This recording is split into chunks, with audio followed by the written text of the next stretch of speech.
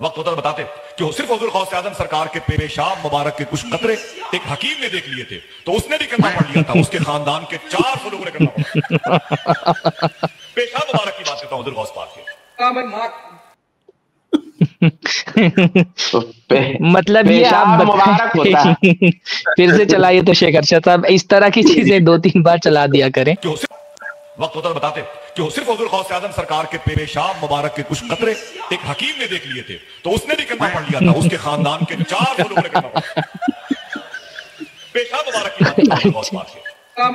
اچھا، یہ صرف یہ اپنے پیروں کو صرف اللہ تعالیٰ کے مقابلے میں نہیں، رسول اللہ کے مقابلے میں بھی کھڑا کرتے ہیں۔ اب پیشاب مبارک پہلی بات تو یہ لفظ سن کر کے بڑا سا عجیب لگتا ہے، پیشاب مبارک کے قطرے۔ اچھا، اس سے شعبان بھائی آپ کا کیا خیال ہے، کیا دیکھ لیا ہوگا پیشاب مبارک کے قطرے میں کہ اسلام قبول کر لیا لوگوں نے؟ اب کیا پتا اس پیشاب سے وضو ہو جاتا ہو، کیونکہ جب مبارک بول دیا پیشاب مبارک تو ان کے پیشاب کرنے سے ان کا وضو نہیں ٹوٹتا رہا ہوگا، ان کا پیشاب لگ جائے تو جو ہے بجائے ایک ہی کی وضو کسی کا ٹوٹے یا نجس ہو وہ آدمی پاک ہو جائے گا، یا اس سے کوئی خوشبو نکل رہی تھی، یا اس کو زمزم سے تشبیہ دے رہا ہے، یا کس بات سے تشبیہ دے رہا ہے۔ پھر رسول اللہ صلی اللہ علیہ وسلم کا بھی پیشاب مبارک میرے خیال سے شاید ان لوگوں تک نے نہیں کہا ہوگا، پیشاب تو پیشاب ہے، وہ کسی کا بھی پیشاب ہو۔ تو غوث اعظم کا پیشاب مبارک دیکھ لیا اور دیکھنے کے بعد میں ایمان لے آئے، تو ان کو بتانا چاہیے واقعی کہ آخر اس میں پیشاب میں دیکھا کیا ستاروں کی چمک تھی اس پیشاب کے قطرے میں، یا شبنم کی ٹھنڈک تھی، ہاں، یا آخر کیا دریاؤں کا خروش تھا، ہاں، یا ندی نالوں کا بہاؤ تھا، یعنی وہ پیشاب مبارک میں کیا دیکھا غوث پاک کے، یا کوئی یعنی کہ کوئی جو ہے بہت زیادہ پیشاب کی دھار تھی، آخر تھا کیا اس میں جو زیادہ دیکھ لیا، کم دیکھ لیا، ٹھنڈا دیکھ لیا، گرم دیکھ لیا، کیا دیکھ لیا جس کی وجہ سے وہ کلمہ پڑھ لیا۔ اور اگر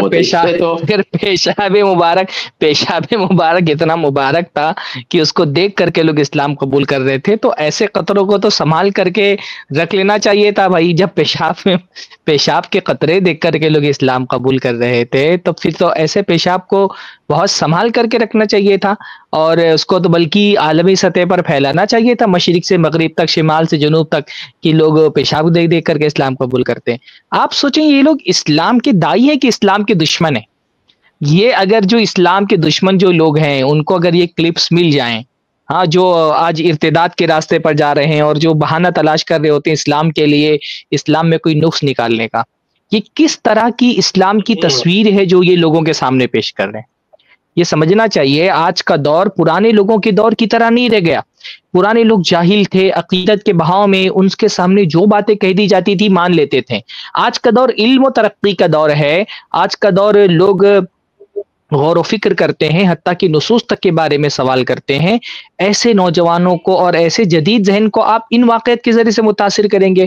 ایک بہت بڑی تعداد نوجوانوں کی جو آج اسلام سے برگشتہ ہے نا، اس کے پیچھے ایسے مولوی لوگ ہیں، یہ ایسی من گھڑت کہانیاں سنا کر کے اصل میں یہ لوگوں کو اسلام سے بدزن کرتے ہیں۔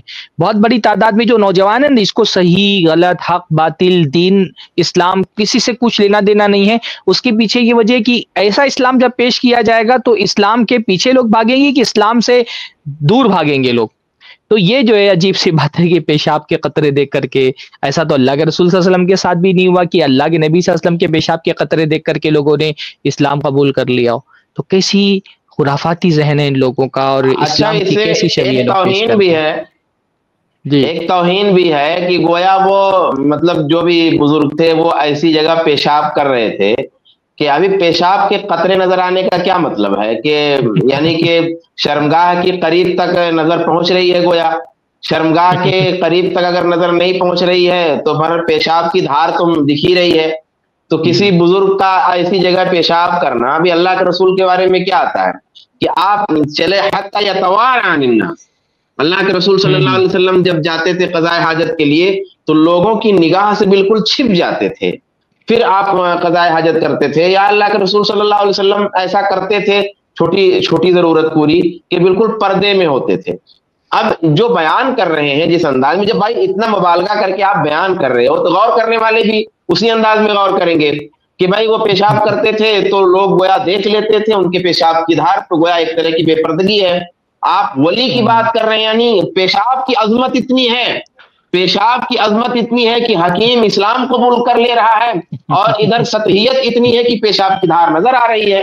یہ اچھا حکیم نے دیکھ کر کے قبول کیا، حکیم نے. اس میں علاج کا پہلو بھی گویا کچھ ہے، یعنی حکیم نے جب دیکھا تو گویا اس میں اس کو علاج کے جواہر نظر آ گئے. اور پھر سے چلائے تو ارشد بھائی کیا ویڈیو کیا ہے ویڈیو میں؟ ہاں دیکھیے نا، حکیم شاید بولا تو بتاتے کہ وہ صرف حضور غوث اعظم سرکار کے پیشاب مبارک کے کچھ قطرے ایک حکیم نے دیکھ لیے تھے، تو اس نے بھی کلمہ پڑھ لیا تھا. اس کے خاندان کے 400 لوگوں نے کلمہ پڑھا. 400 لوگوں نے کلمہ پڑھا. اچھا کچھ قطرے جو یہ کہہ رہے ہیں، اس سے تو یہ لگ رہا ہے کہ گویا لوگ پیشاب محفوظ بھی کرتے تھے. کہیں حکیم نے دیکھا نا، تو حکیم نے پھر دکھایا لوگوں کو نا. 400 لوگوں نے اسلام کیسے قبول کیا ہوگا؟ تو 400 لوگوں کو دکھایا ہوگا اس نے پیشاب لے جا کر کے، اور پتہ نہیں اس پیشاب میں ایسی کیا بات تھی کہ لوگ اسلام قبول کر رہے تھے. اللہ تعالیٰ ان کے حالات ہوئے. اس کلپ کی فل ویڈیو دیکھنے کے لیے ہمارے چینل پر ضرور آئیں. آئی پلس ٹی وی نے ایک نیا یوٹیوب چینل شروع کیا ہے جس کا نام ہے آئی پلس ٹی وی اختلاف کا حل. اس چینل پر صرف اختلافی مسائل پر ویڈیوز آئے گی، لیکن دلائل کے ساتھ اور بھائی چارگی کے ساتھ.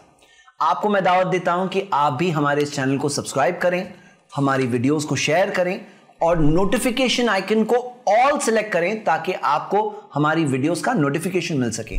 جزاک اللہ خیر، والسلام علیکم ورحمۃ اللہ.